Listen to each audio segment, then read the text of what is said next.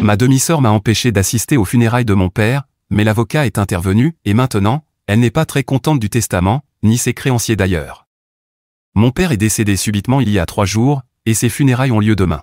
La nouvelle m'a frappé comme un coup de poing, d'autant plus que nous venions à peine de recommencer à nous rapprocher après des années de relations tendues.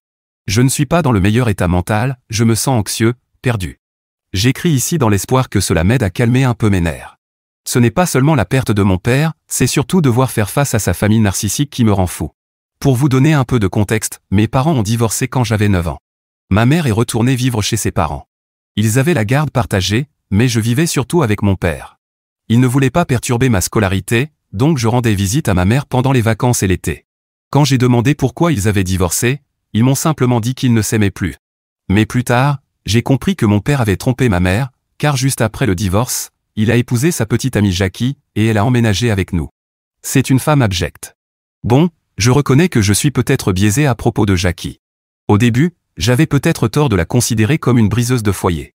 Mais vivre avec elle m'a convaincu qu'elle était cruelle. Et comme si cela ne suffisait pas, elle a ramené sa fille diabolique, Chloé, avec elle.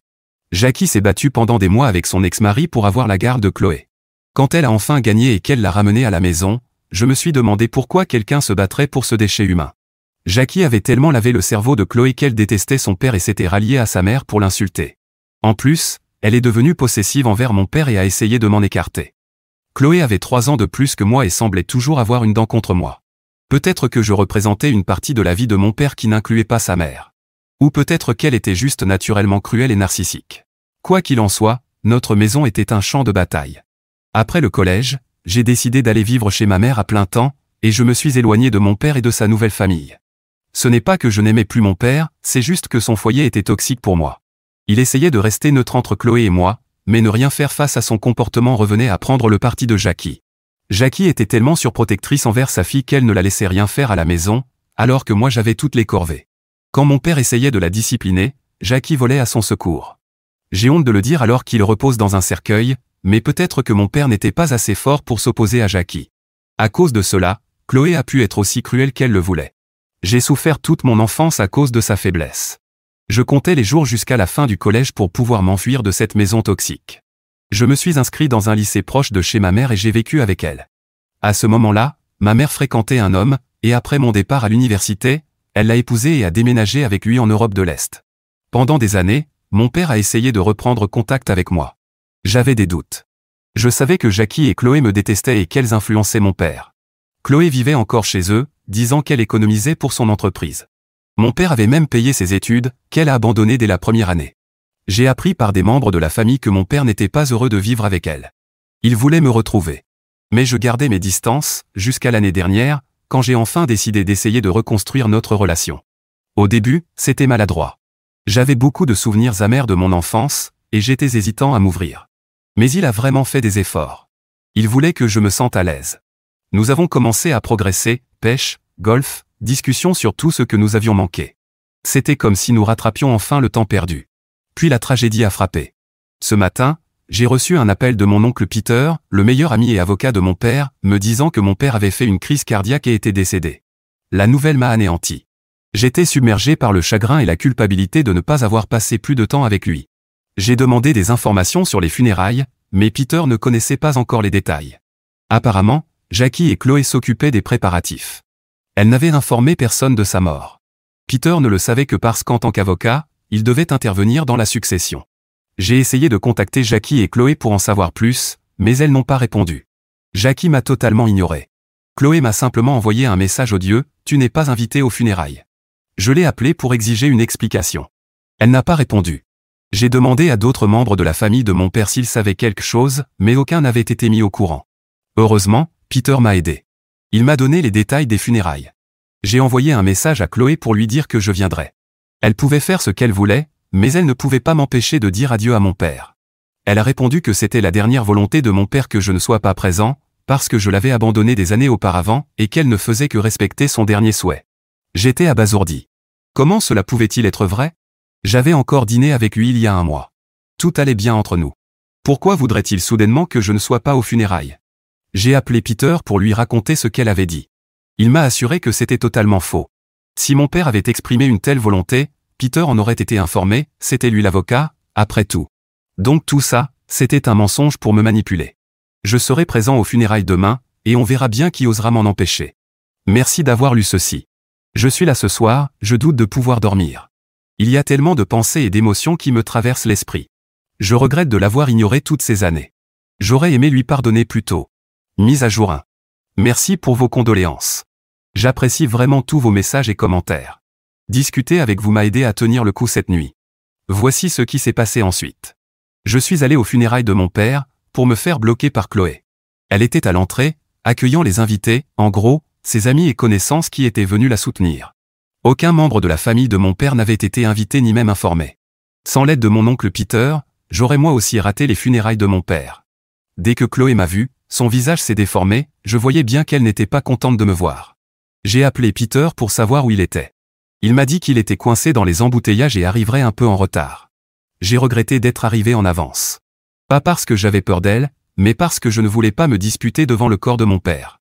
Je suis entré dans le funérarium, et elle m'a bloqué le passage en disant que je n'étais pas autorisé à entrer. Je lui ai dit que je ne voulais pas de confrontation dans un moment de deuil. Elle a hurlé, « Tu n'entends pas? Tu n'es pas invité. » Papa a dit sur son lit de mort qu'il ne voulait plus voir ta tête. Je me suis arrêté et lui ai demandé pourquoi il aurait dit ça.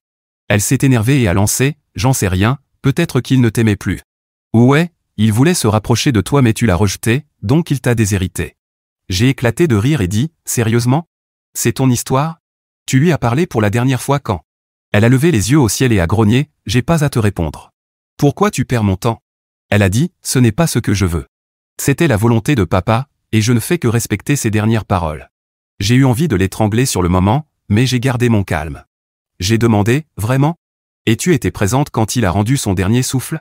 Tu étais là quand il a eu sa crise cardiaque? » Elle a hurlé de toutes ses forces, « Tais-toi et pars avant que j'appelle la police. » J'ai crié en retour, « Tu veux appeler les flics? Vas-y.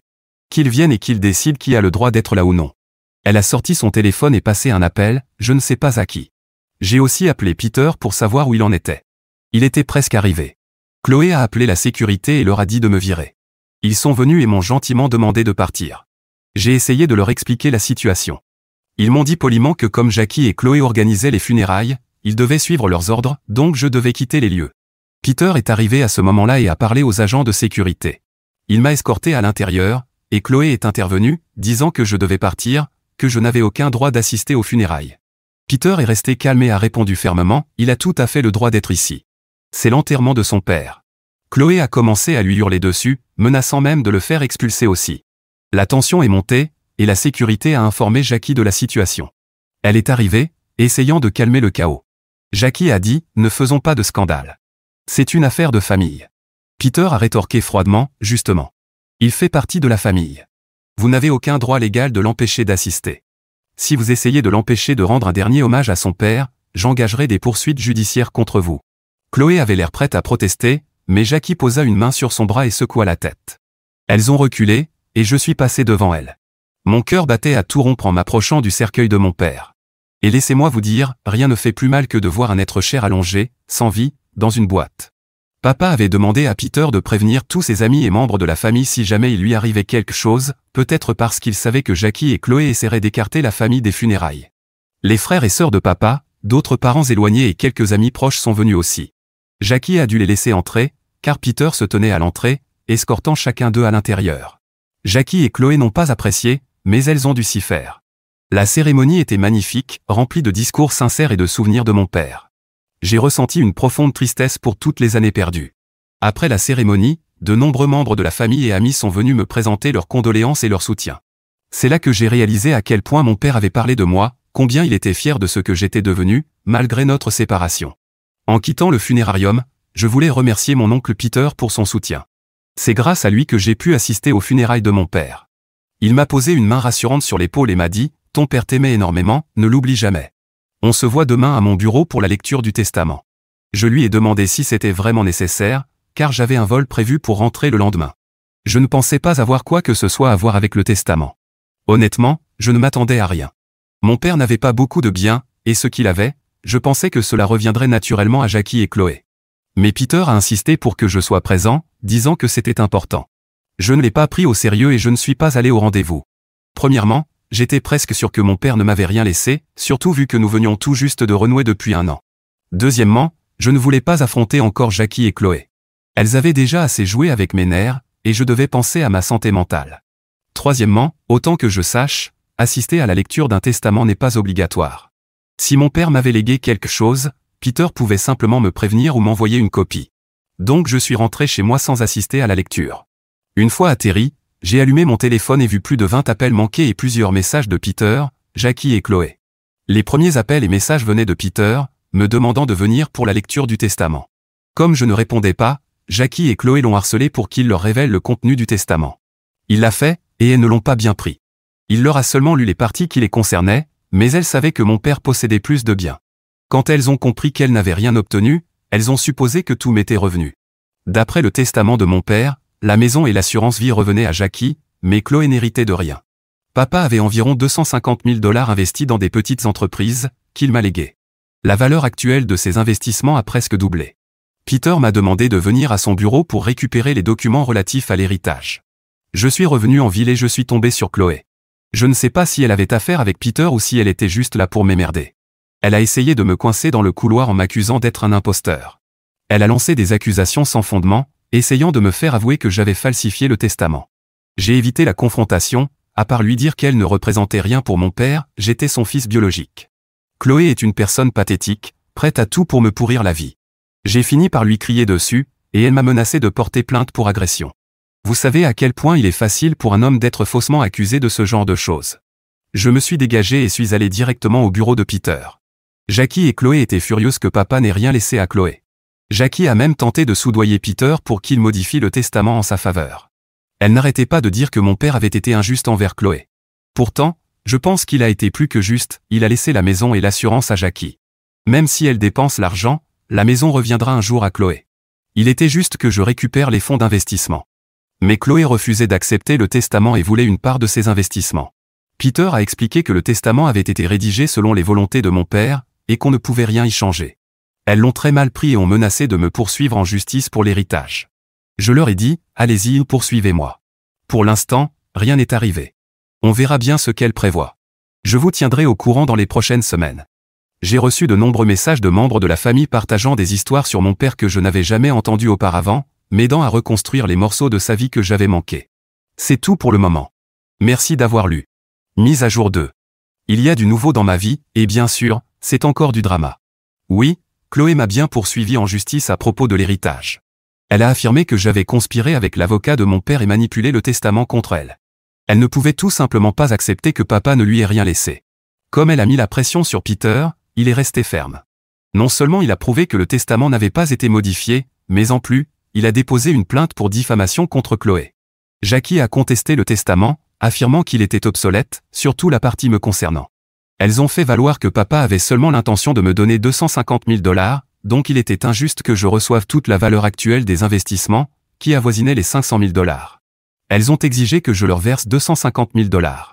Un élément crucial révélé durant la procédure était que papa avait prêté 20 000 $ à Chloé, qu'elle n'avait jamais remboursé avant son décès. Elle pensait pouvoir garder l'argent sans conséquence, mais papa avait conservé une copie signée de l'accord de prêt dans un coffre-fort à la banque. Jackie a détruit cette preuve pour que Chloé puisse s'en tirer. La partie intéressante, c'est que papa avait déjà soustrait ses 20 000 $ du montant de 250 000 $ qu'il avait envisagé pour elle, donc en réalité, elle me devait 20 000 $. Le tribunal lui a ordonné de me rembourser, et Chloé ne l'a pas supporté. Elle a affirmé qu'elle était piégée, mais qui gagne face au système judiciaire?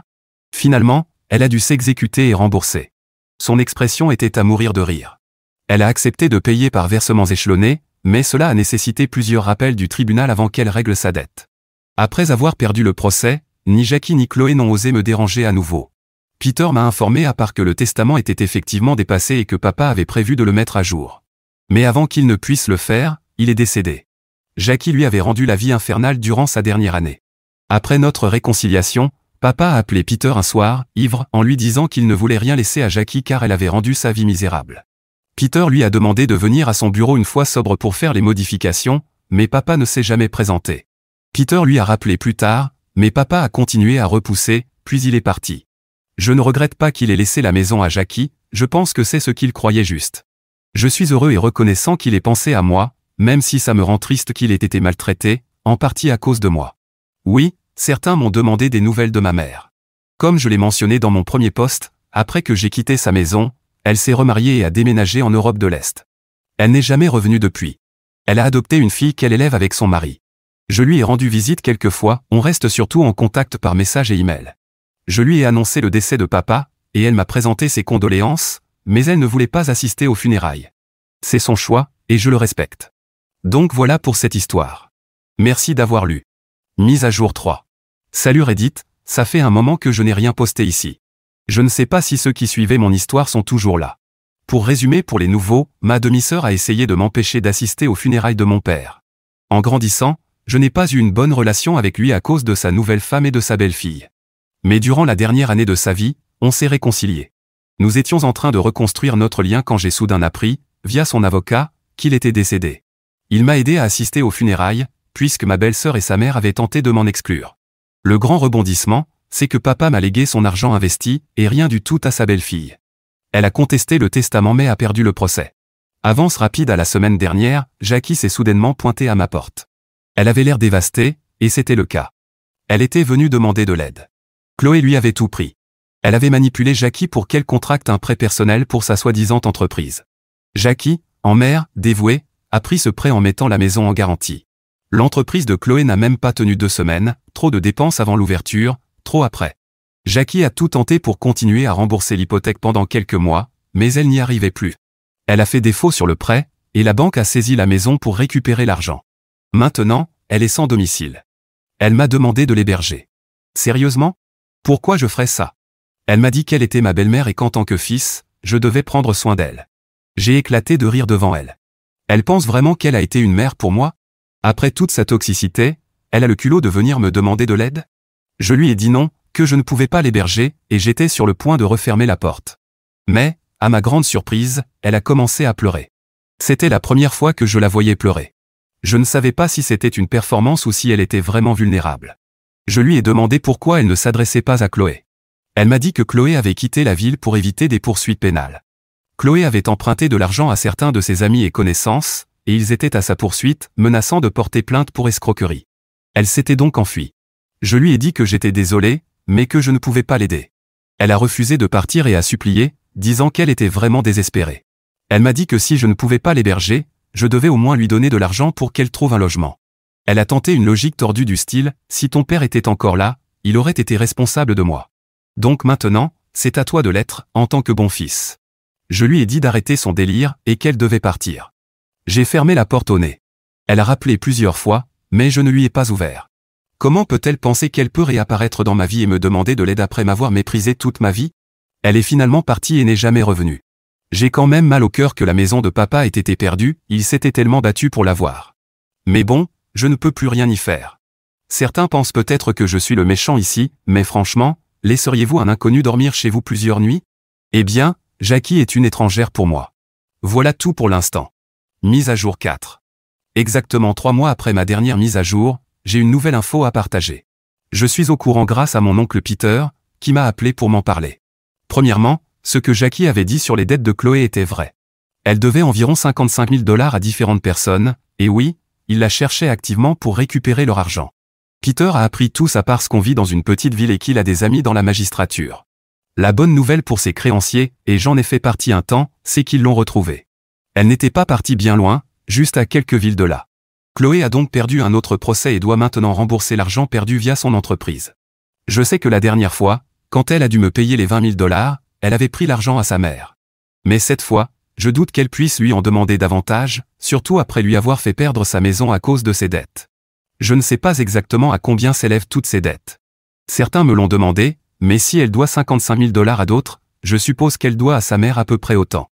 Cela dit, si elle a fait perdre la maison, c'est peut-être même encore plus. J'ai demandé à Peter, parce que moi aussi je voulais savoir ce qui se passe quand on perd un procès et qu'on n'a pas les moyens de payer, il m'a dit qu'ils allaient saisir une partie de son salaire. Elle travaille dans cette autre ville et n'a aucun bien, donc il n'y a que son salaire pour rembourser ses dettes. Ça doit être terrible de bosser dur et ne recevoir qu'un chèque minuscule à la fin. Mais bon, c'est tout ce que je sais sur Chloé pour l'instant. Concernant Jackie, beaucoup m'avaient posé la question lors de ma dernière mise à jour, heureusement, il n'y avait pas trop de commentaires disant que j'étais une mauvaise personne de ne pas l'avoir hébergée. Au contraire, la plupart m'ont soutenu. À part une personne qui m'a traité de paillasson, ce qui n'a aucun sens, mais ce mot est tellement mal utilisé aujourd'hui qu'il ne veut plus rien dire. Honnêtement, je ne sais pas où elle est. Je n'ai aucun contact commun qui pourrait m'informer, et depuis ce jour-là, elle n'est jamais revenue chez moi pour demander quoi que ce soit. Elle a dû comprendre le message, et il n'était pas subtil. Et voilà, pas grand-chose de plus à dire sur ces deux femmes, et j'espère que ça restera comme ça.